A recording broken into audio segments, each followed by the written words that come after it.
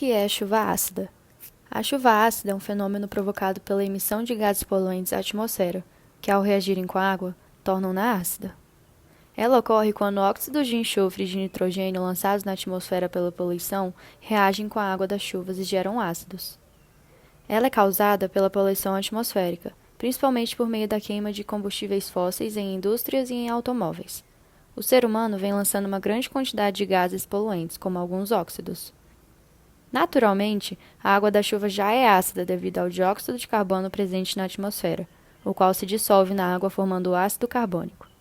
O ácido carbônico é considerado um ácido fraco e pode ser representado pela seguinte reação: CO2 mais H2O, formando H2CO3.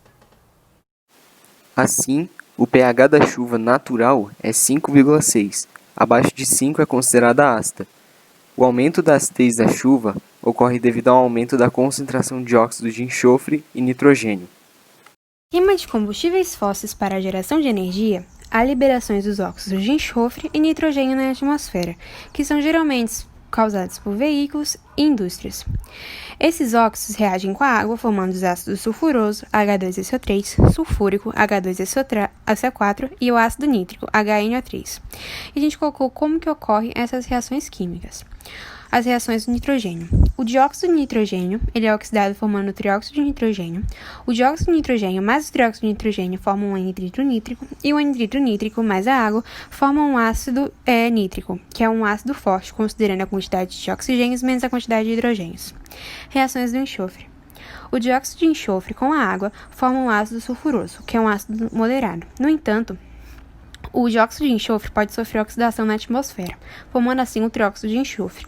O trióxido de enxofre mais a água formam um ácido sulfúrico, que é um ácido forte. Países industrializados são geralmente os mais afetados pelas chuvas ácidas. No entanto, os agentes como as correntes de ar podem fazer com que eles cheguem em lugares mais distantes. Isso ocorreu na Escandinávia, onde polos industriais como a Alemanha e o Reino Unido, pela produção de óxidos, fizeram com que esses lados acabassem ficando poluídos.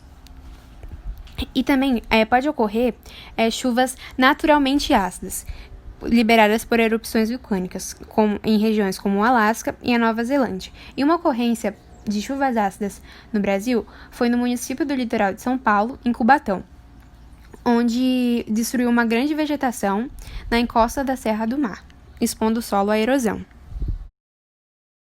Agora que eu já tenho as flores, eu vou precisar de outros ingredientes para o experimento. Além do pote, eu vou usar uma colherzinha, uma vela, um acendedor, uma fita adesiva, prego, o enxofre e o papel indicador de pH, para mostrar se é uma experiência ácida ou se é uma experiência de base. Vou prender o papel de pH no pote, colocar um botão de rosa, entortar a colher, deixando-a na forma de um gancho, furar a tampa por dentro do pote e passar um arame para segurar essa colher. Dentro da colher, eu vou colocar enxofre e com a vela eu queimo até soltar uma fumacinha. Quando isso acontecer, eu rapidamente vou fechar o pote. Com essa fumaça no pote, a gente vai perceber que a rosa vai perdendo sua cor original.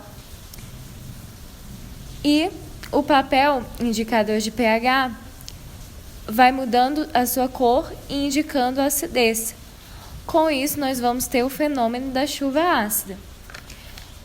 Todas as chuvas, elas são ácidas. Porém, existem aquelas que são muito mais ácidas e são classificadas como as chuvas ácidas. Elas possuem muito mais gás carbônico ou outros poluentes como o dióxido de enxofre. O dióxido de enxofre, ele vem da queima de derivados de petróleo, como o óleo diesel.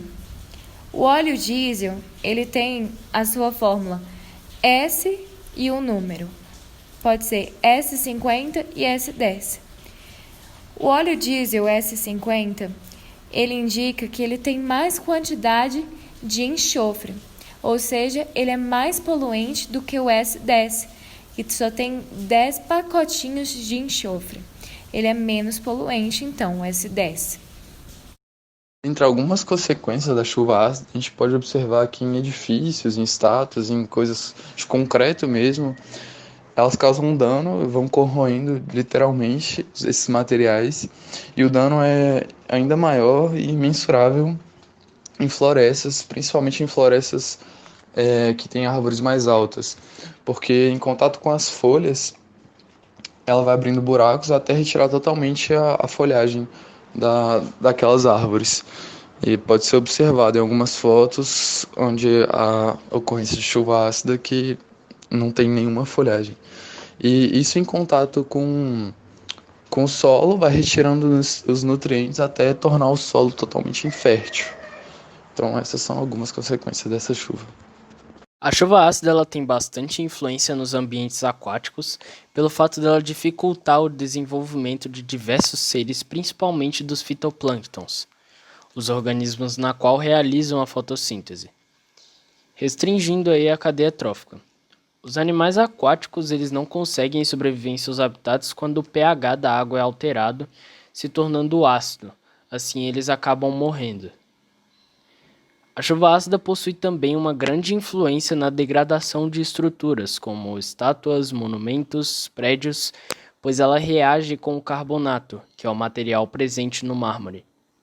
Os automóveis também são danificados pela chuva ácida, pois ela intensifica a ferrugem dos veículos, afetando assim a pintura deles.